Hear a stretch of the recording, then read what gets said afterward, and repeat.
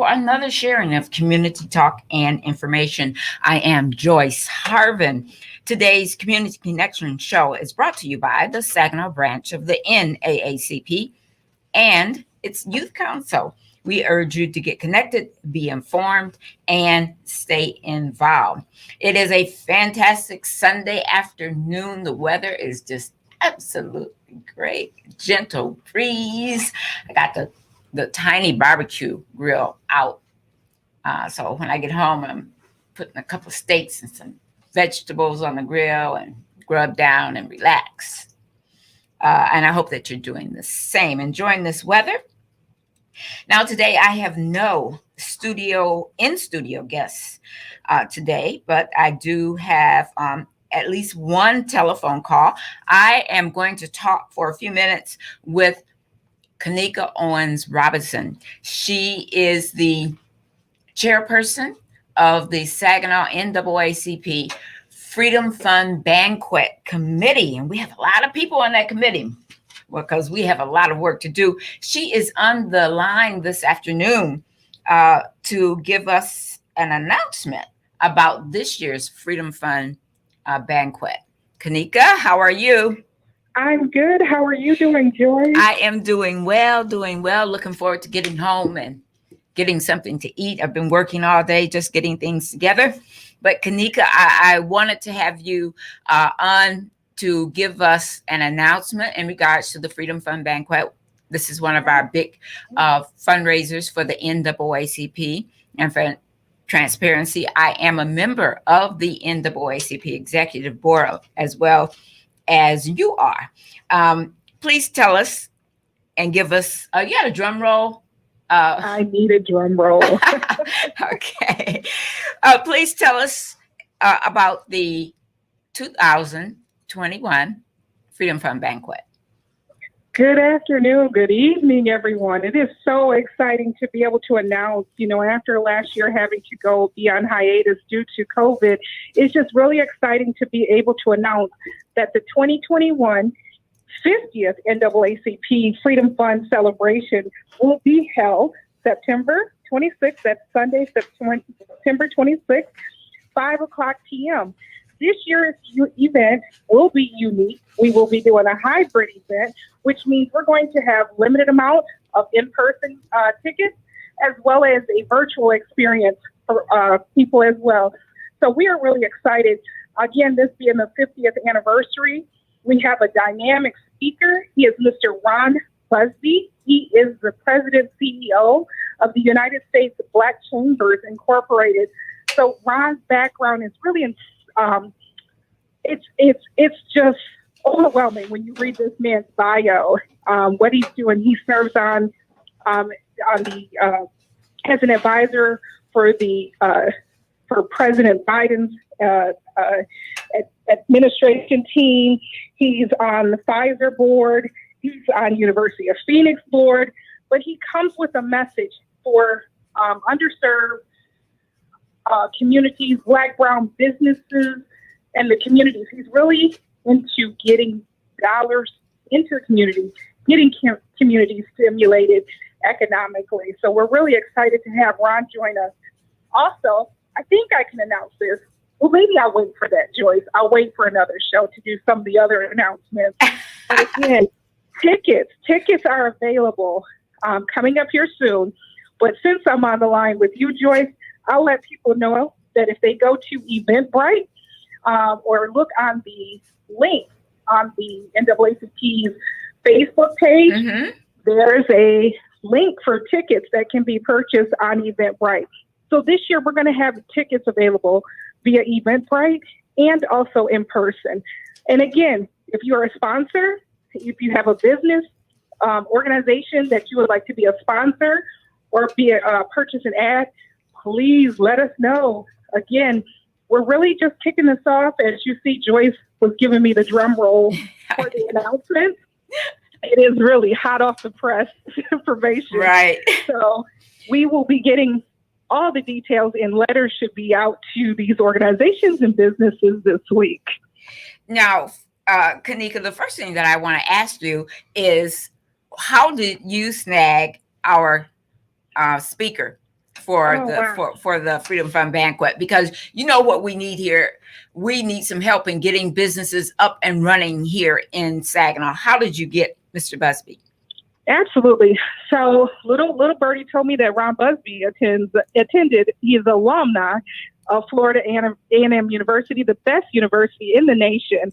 So as an alumna, it's good to have those relationships where Mr. Busby, I picked up, called him, and immediately he was really humble and said, am I going to be good enough? And I mean, this Forbes calls him. The White House calls him, and he's questioning would he be good enough. So again, it's just good to have those connections, HBCU connections. Yes. And it worked out very quickly. Very good. Very good. Have you chosen the honorees yet for this 50th anniversary event? Very good question. We have not. That committee will be meeting this week to start the discussion, because what we want to do is acknowledge and recognize some of the young people that are under 40 who have been possibly, I'm giving you little snippets that aren't official yet. Okay, I got but you. We want to acknowledge some of those under 40s business owners that are, have stepped out and survived COVID, started up during COVID, but are doing what they need to do, and they're real professional and they're successful at their craft. So we do want to honor those young people, as well as our other community awards as well. I understand that they are still taking, the committee is still taking suggestions and applications for Absolutely. those honorees and for young people in the community who are business owners. And there are quite a few. I started out and the list was short, and then as you start asking people and talking to people, the list grows. So we're really excited that there are so many young people that are entrepreneurs in the area. Yes. So it's real awesome. Kanika, if someone would like to submit a name for consideration, where should they send that information? So if someone would like to, I'm going to put my email address out there at this time, and that would be the letter C, the word what works @gmail.com. That's cwhatworks@gmail.com. And if they have a young person that they feel that under the age of 40 that should be recognized, they can get that information to me. So now, Mr. Busby, do you know if he is going to make additional appearances here in Saginaw, perhaps talking to a group of young people? So it's not out of the question. You're not out of the question, because we could probably keep him here in conversation with a lot of the small businesses, and then for a very long time. Yes. Yeah. So it's not out of the question. It's just not solidified, or we have not discussed that at this point. Okay. The other thing that I want you to mention, theme, always fighting forward. Correct. That theme, always fighting forward.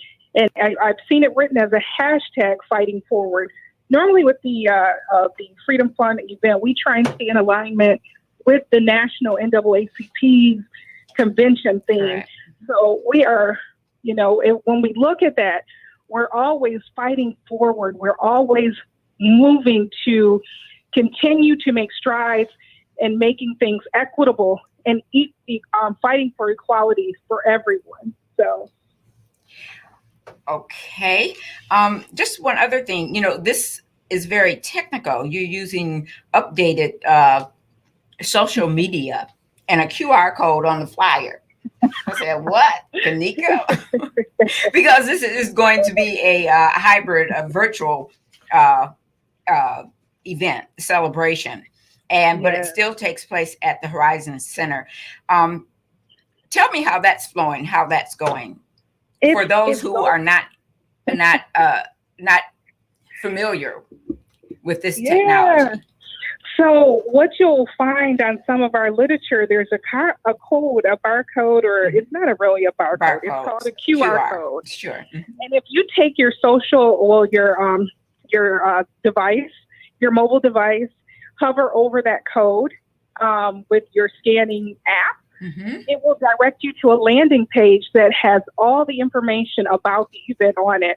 The other thing we did, we play Eventbrite. That's new for us. Yes. But you can go on there and you can purchase your tickets or even make a donation. Mm-hmm. The other thing that we did, we're using electronic invitations as well, but we will still also depend on the good old postal service.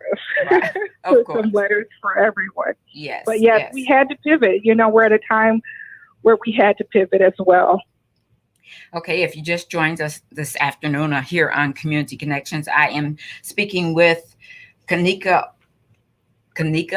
Robinson, and we are talking about the Saginaw NAACP Freedom Fund celebration. That is what we're calling it, not a banquet, but a celebration. It is the 50th, and the keynote speaker is Ron Busby. The date for this is always the fourth Sunday in September. So that's September 26, 2021. This is partly a virtual celebration. And we ask everyone to, if you're a member, if you've been a supporter, if you've been a sponsor in the past, please join us again. This is going to be a very delightful event as it is being planned with Kanika at the helm. She is the chairperson of the Freedom Fund banquet this year. This is your first year being the chair, correct?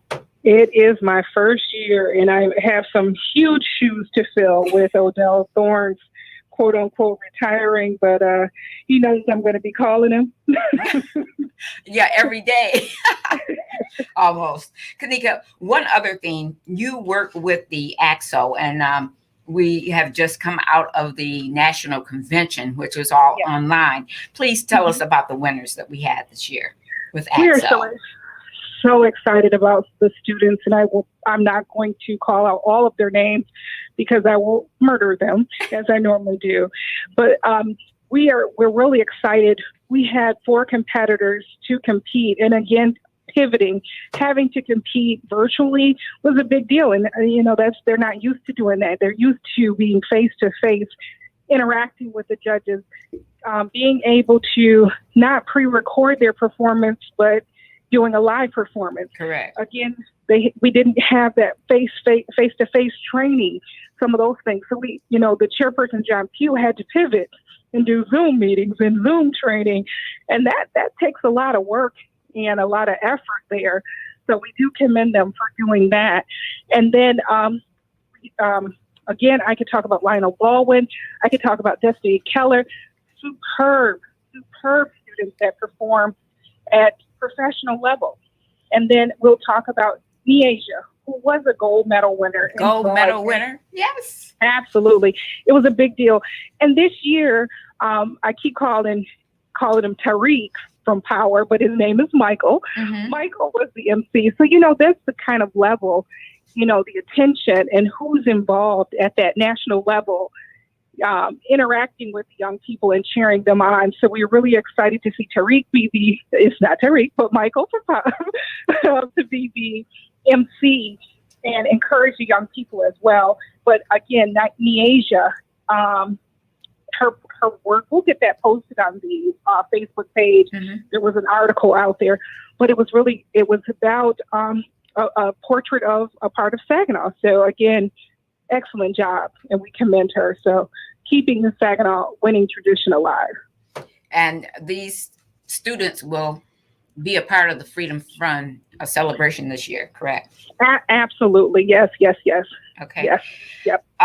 Any other information we need to know about the Freedom Fund banquet? I know that we want to push ticket sales. We absolutely want people to be in the place, and those are going to be limited numbers, correct? Well, yes, we want people not to wait once those physical tickets go on sale. We do not want people waiting. Again, I've given you a sneak, a little nugget, a little secret. Yes. That if you go on to Eventbrite right now and search the Saginaw NAACP Freedom Fund, you can get to the tickets from that way and purchase electronically. But the key is, do not wait to purchase your ticket. Those seats will fill up fast. Yes. Yes. You know, Joyce, we're going down from approximately almost 600 down to 250. So again, it's going to fill up fast, and we're excited. And it's something you want to be there for Mr. Busby's talk. Yes. He will definitely. He is a dynamic speaker. If I said it once before, I'll say it again. But again, you do, and the entertainment that we plan. Our MCs are going to be dynamic. I'm so excited about our MCs, but I will not discuss that yet either. It's going to be quite different, but very, very exciting just to see it all unfold online. It's going to be great. Well, Kanika, you're doing a excellent job on getting us going on this. Of course, we're going to be helping you all the way through until the very end. So look for that. And anyone that, again, would like to be a part of it, you can contact Kanika. Give me that email again. It is the letter C, whatworks@gmail.com. The letter C, the word what, and the word works@gmail.com. And we're going to see what works. Yes. Kanika, yes. Thank you very much. Thank you very much. Thank you so much for having me on, Joyce. And we'll get another report back in a couple of weeks. All right. Thank you so much. All right. Thank you. You're listening to Community Connections, community talk for community people. And about the NAACP, that's definitely community talk. I want to tell you that we are working I'm saying the NAACP. We are working with people in the neighborhoods and people that have contacted us about the water shut off and the moratorium on this. And we are putting together some information to a resolution that we're going to have going out to city administration on this. So please look forward to that. We are pleased to be able to do whatever that we can as an NAACP in the city of Saginaw or in the county of Saginaw with all of our members to help with this situation. So look forward to that information coming out. We are also supporting some information or giving some information in support of how we may want to use the money that we're getting, $52 million from the American Rescue Plan Act of 2021. There's some information coming out about that. Hope that you will go to our website and look at what we have on there. Our website, the SaginawNAACP.org, is full of information on what's happening here in the Saginaw City and Township areas. We want you to be informed, so please go to the website and look at some of the information that we have there. Terry Pruitt is our president of the Saginaw NAACP, and they have, I think they may still be in their meeting. We had a virtual meeting this afternoon on membership into the NAACP. As soon as that is over, Terry may call in to give us an update on that. But if not, you can go back, look on Facebook for today's date to the NAACP Facebook page and listen to the program. Again, we had our chairperson of membership, which is Lisa Ingram, and we have our state membership director. They were on this afternoon. So please go back and listen to that information if you're interested in learning more about the NAACP and how we get things done for the benefit of the people who are members and who live in this area. Now, today's topic,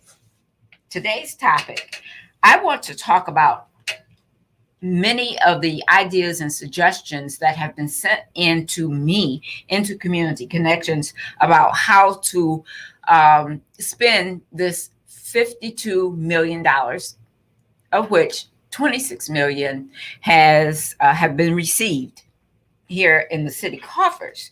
So I want to talk about that particular thing this afternoon. That's going to be the rest of the show. I do have a couple of public service announcements. I think that I'll get those out of the way. But Rob, do you have that 52 million PSA? Nope. Okay. I should have let him know on earlier because that's my topic. That's what I want to talk about. I want to make sure that everyone knows. I can cue it up. You can cue it up. You didn't have it. Okay, I'm sorry. I apologize. But I want to keep that in front of people because there must be input from our city residents about what they would like to see that money spent on that's going to benefit the community, your neighborhoods, economic development, all areas that will help to revitalize this community that has gone through COVID. Okay, it's the American Rescue. Where is that? American Rescue Plan Act. And I have received quite a few suggestions and ideas from residents about what we could do with that money. Okay. So Rob, he has found it. Thank you, Rob. Thank you very much. I want to play this couple of times as I am talking to you about this, about how we can spend that money.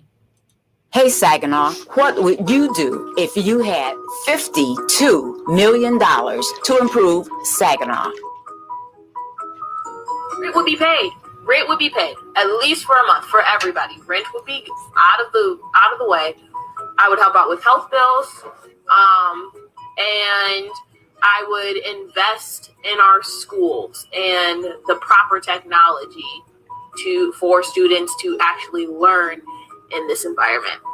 For my part, I think Saginaw should pour as much money into affordable housing as it can to help people recover from this horrible pandemic.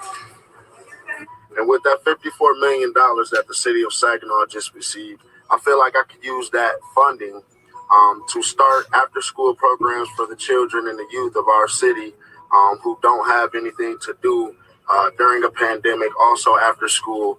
I also feel like with that $54 million, we could start an initiative to actually beautify our city street by street and actually employ maybe homeless people who regularly wouldn't have a job. Personally, I would like to see improvement in our schools, especially our city schools. I feel like we leave these kids behind, so I'd like to see a better plan for that. I think the money the city got should be implemented in improving the east side of Saginaw. Parks, schools. You guys need to put it into the east side. A lot of the residential areas, away from downtown, are kind of run down and don't get the financial attention that they deserve and need. Think it over. Think it through. Think Saginaw. What would you do if you had $52 million to improve your community? I want to say thank you to each and every one that sent in ideas and suggestions for this. And I'm going to start on this list. There are many ideas and suggestions here. Let me just start by saying I read today's paper, not all of it, especially not the sports part.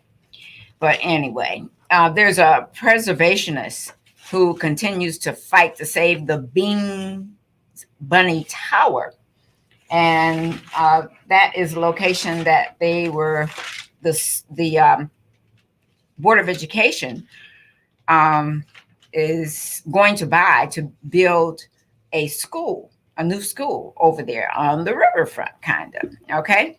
Now, what I would like to see, or what many of you have said, is that jobs is number one, but preservation of homes and neighborhoods was number two, the most important thing that we should look at.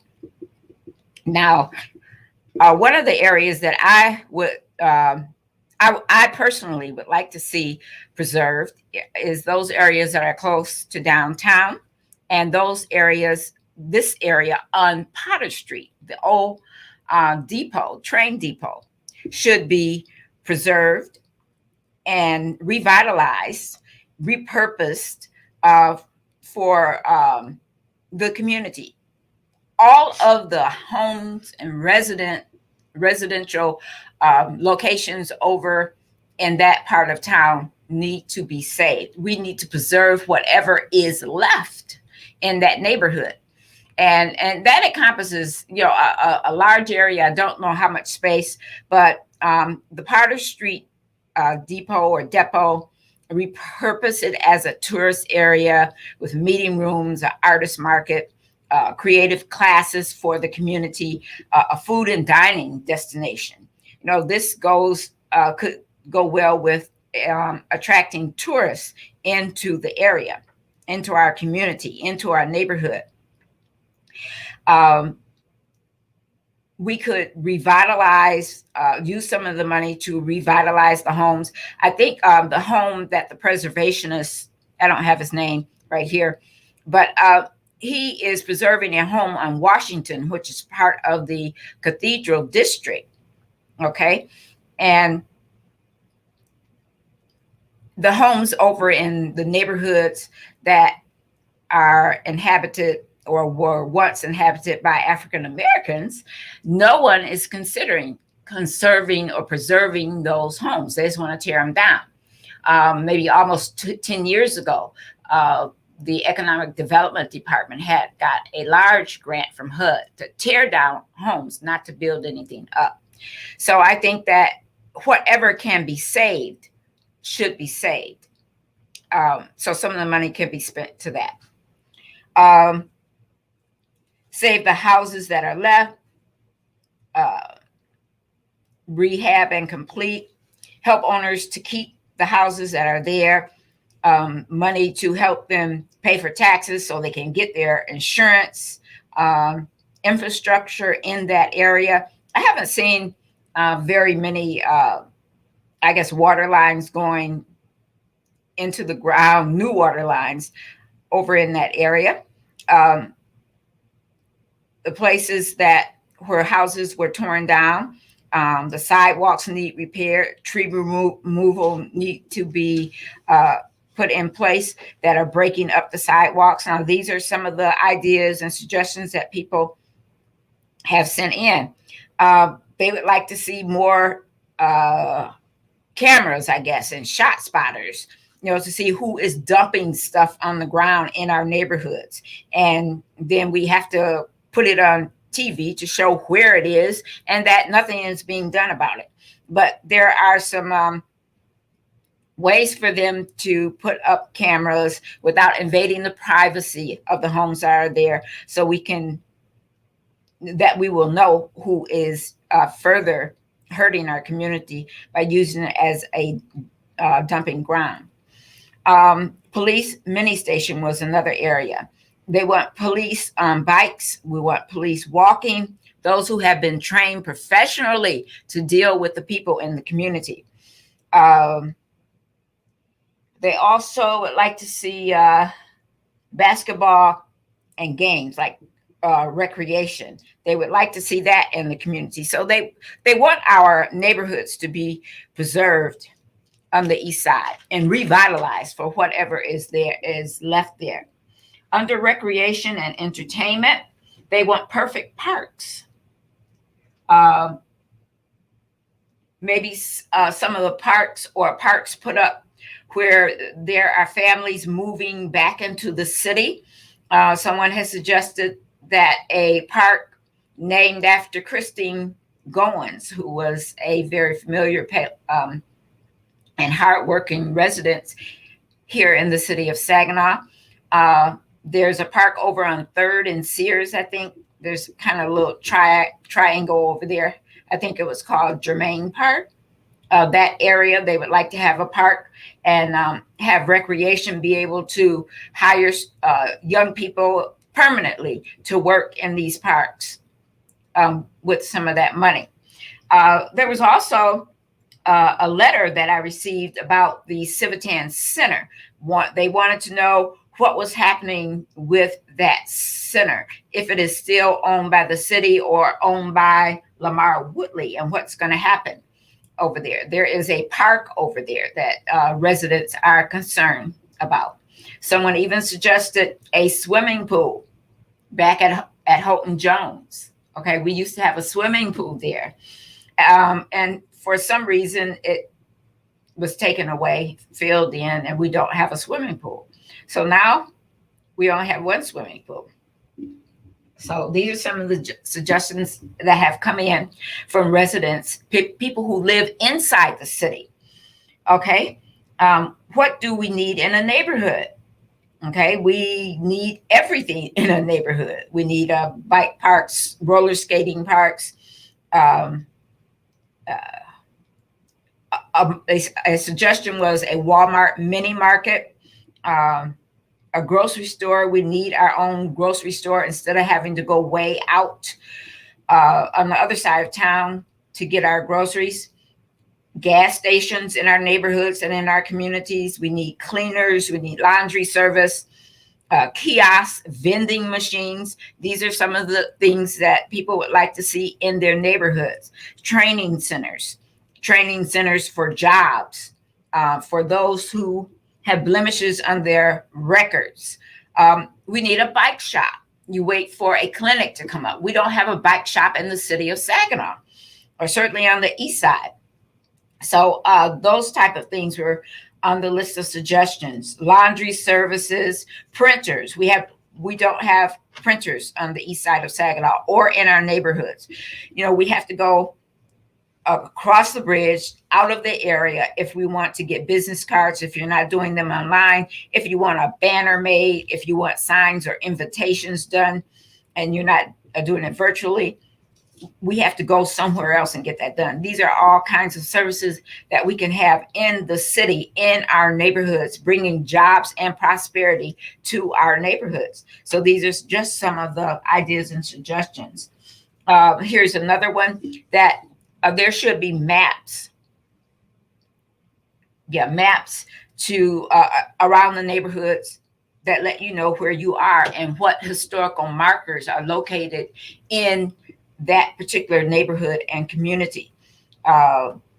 Signage for the different neighborhoods. You could use money from the ARPA funds to put up signage for the Jones neighborhood. I'm talking about nice bricks works, you know, not just a little flag or something like that. We want some nice signage for our neighborhoods, all the neighborhoods in the city of Saginaw. Start on the east side first.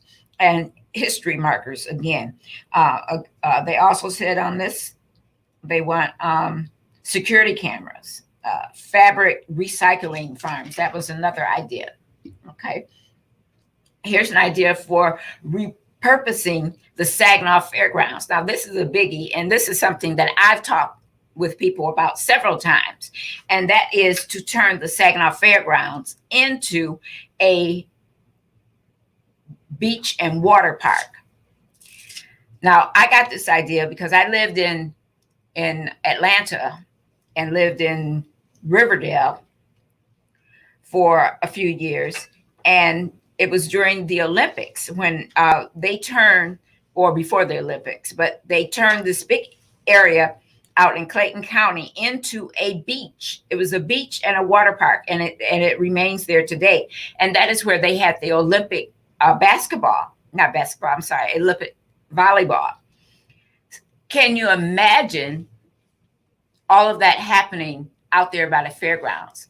And I don't know how many houses or homes would have to be displaced, but you could do it maybe on a smaller scale. But turn that big fairground area into a beach and water park. Tourism, we can do that. Okay, I think the governor, she announced that Flint was getting a state park, and it's going to be down by the river. We can do something like that in Saginaw. Just think outside of the box. I think this came under economic development. There should be some,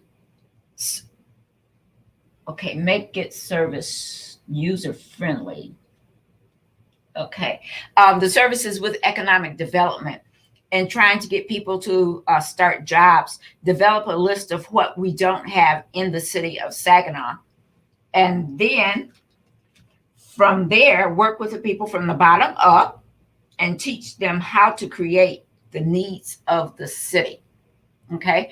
Whatever service that there is, jobs that you could turn into a business that you can turn into a job for many is what people would like to see, but they feel that the city or the economic development department, they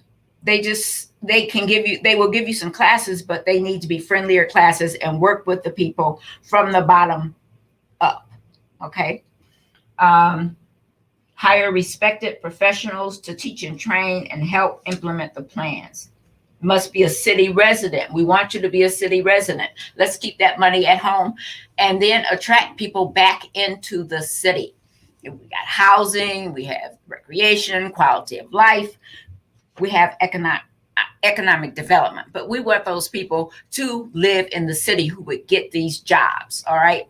So these are some of the ideas and suggestions that I have received about spending this money or how we can spend this money that came from ARPA.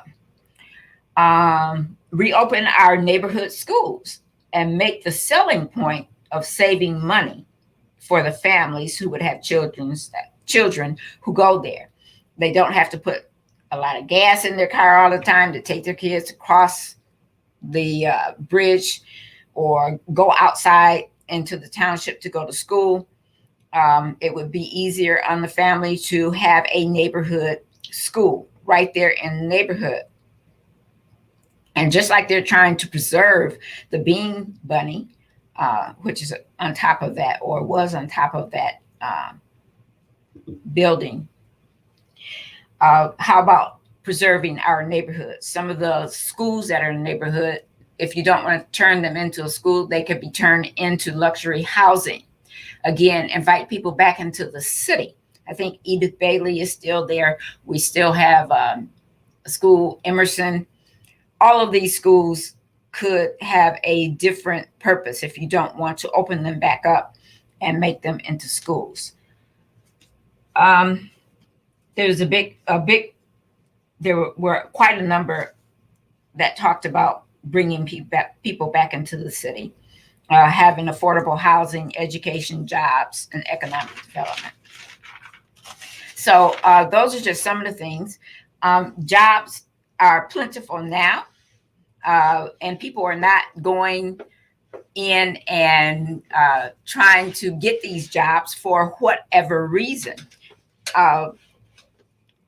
And let me say this: of the NAACP, and I think there are a couple other sponsors, will have a job fair and an expungement clinic for those who may have a blemish on their record.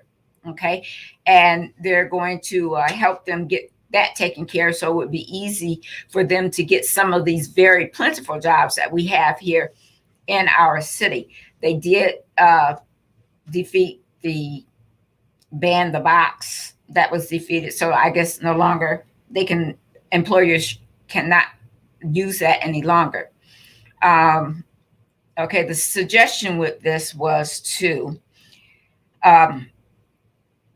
give people who are coming out of jail to give them a job learning skilled trades. We have kids who are learning skilled trades, but there are some people who are a little bit older that would like to get into the skilled trades area, but they would like to see this connected to the courts and prospective employers.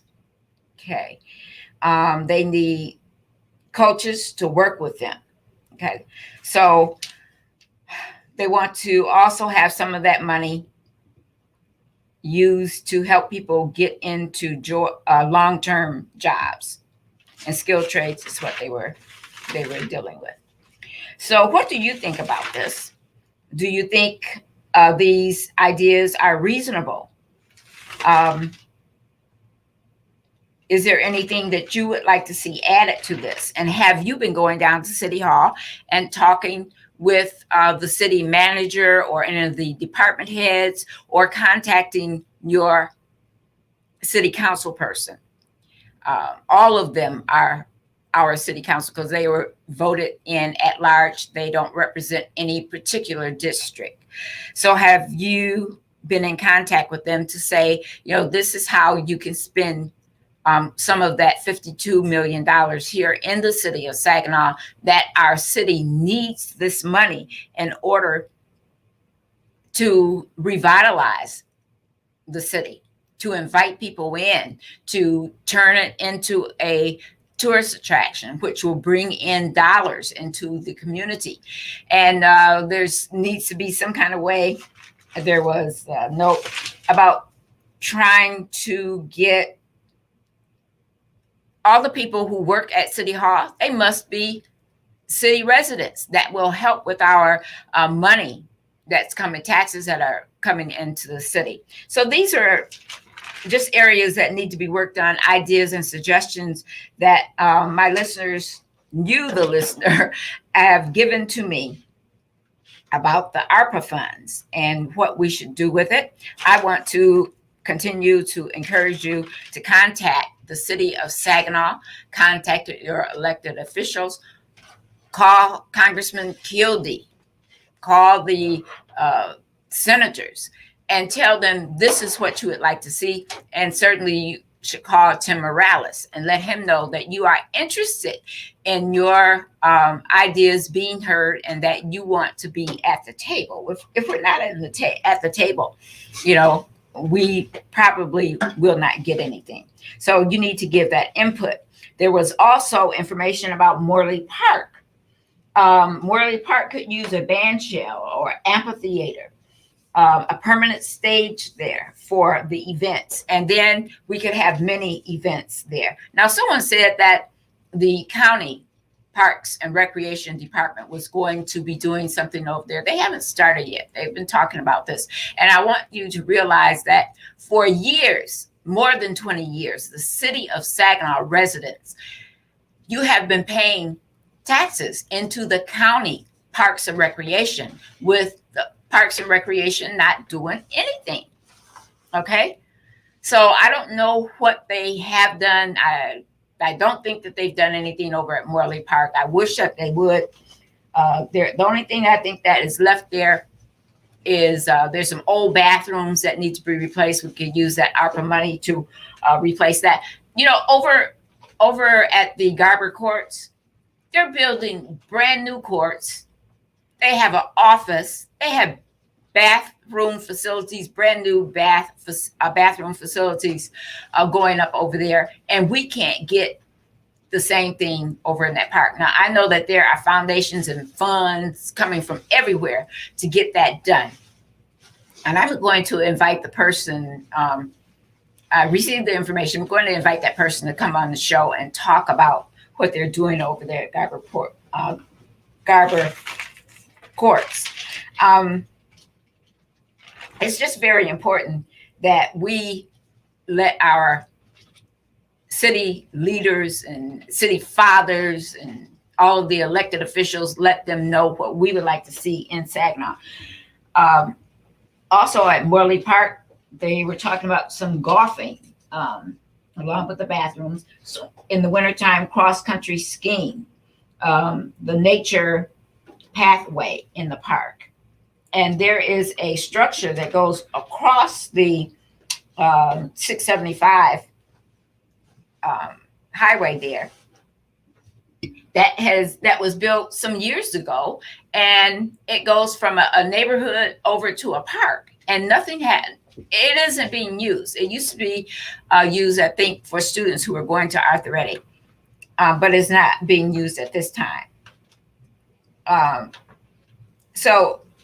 And that's an interesting structure to be going over to Morley Park. I'd like to know what they're going to do with that. But anyway, these are some of the things with Morley Park Morley School Park, okay? Because there's a Morley Park downtown. These are some of the things that they would like to see happen and be used for with those ARPA funds. I'd like to see that band shell. I'd like to see a permanent structure there to do movies in the park. That would be great. They can park out there and we can show the latest movies that are available to us. So do you have an idea? I'd like to get your ideas. I'd like to get your thoughts on anything that you've heard this afternoon here on Community Connections. Let me know what you think. If you'd like to add to the list, if you'd like to be a part of a group that's working to make sure that we are at the table, you can send me an email. My email is jwharvin@gmail.com. I need a little water, but don't have any. But I would like to hear from you. And thank you again to those who have sent in the many ideas and suggestions and want to keep this going. Again, my email is jwharvin@gmail.com. And this is just part of the list. Terry Pruitt hasn't called in, but let me give you a little more information, or I have a couple of announcements that need to be made. I want to say congratulations to Carl Williams and Vanessa Guerra.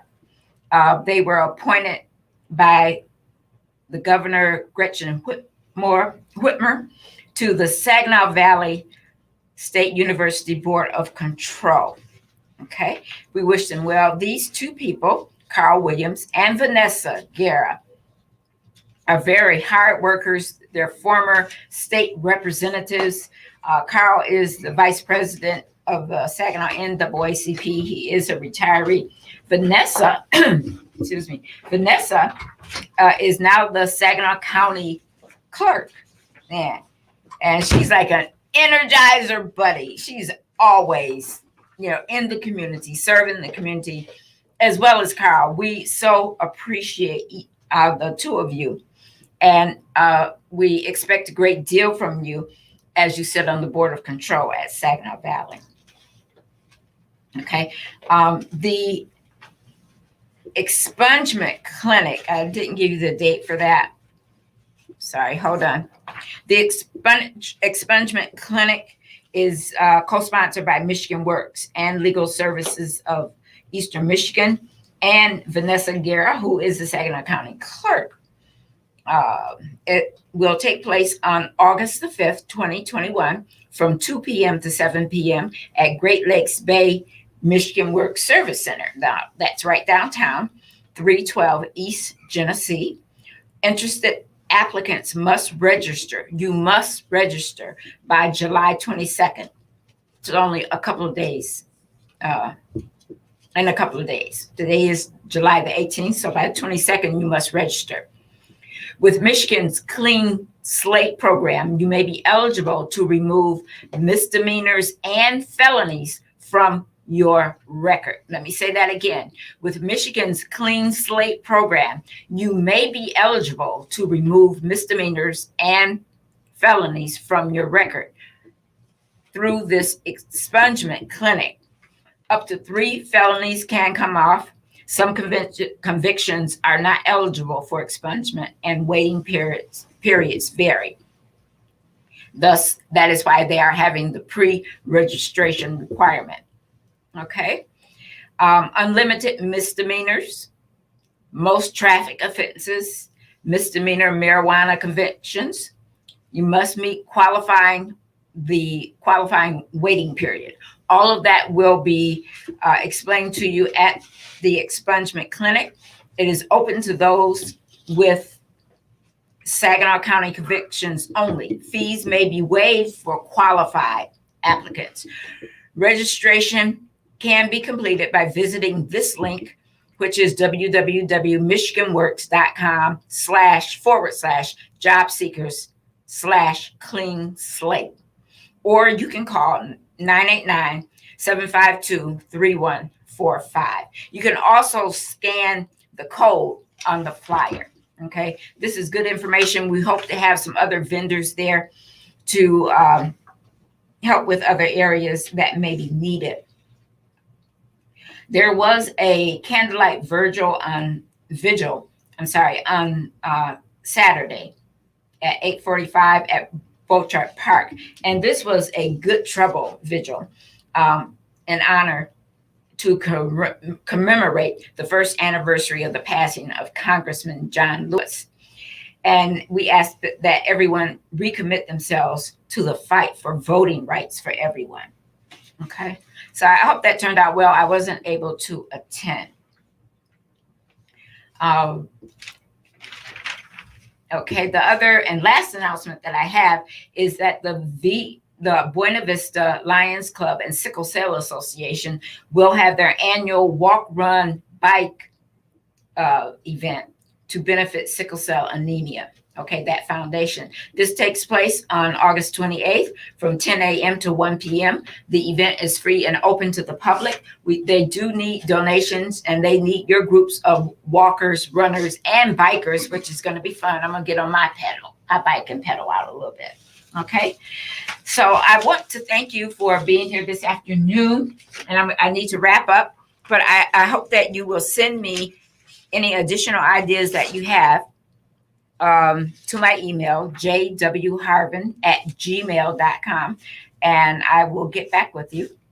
I want to say thanks to Kanika Owens Robinson for being my calling guest today to give us information about the 50th Saginaw NAACP Freedom Fund celebration with keynote speaker Ron Busby Sr. He's the president and CEO of the U.S. Black Chamber Incorporated. So thank you to my guest today. And I invite you to tune in next Sunday afternoon at 5 p.m. for another sharing of community talk and information. Community Connections, community talk for community people, right next Sunday, right here on this station. And thanks to those who make this program possible, my fabulous connectors. The Community Connection theme song was written by local author, poet, and social activist Asigit Mersha and performed by Gone. Today's Community Connections radio magazine was brought to you by the Saginaw NAACP and its Youth Council. Remember, membership is power. I personally invite you to get connected, be informed, and stay involved. Again, my email, jwharvin@gmail.com. I'll talk to you next week. You've been listening to Community Connections with Joyce Harvin on KISS 107.1. The views and opinions expressed on Community Connections by the host, its guests, or call-ins do not necessarily represent the opinion of this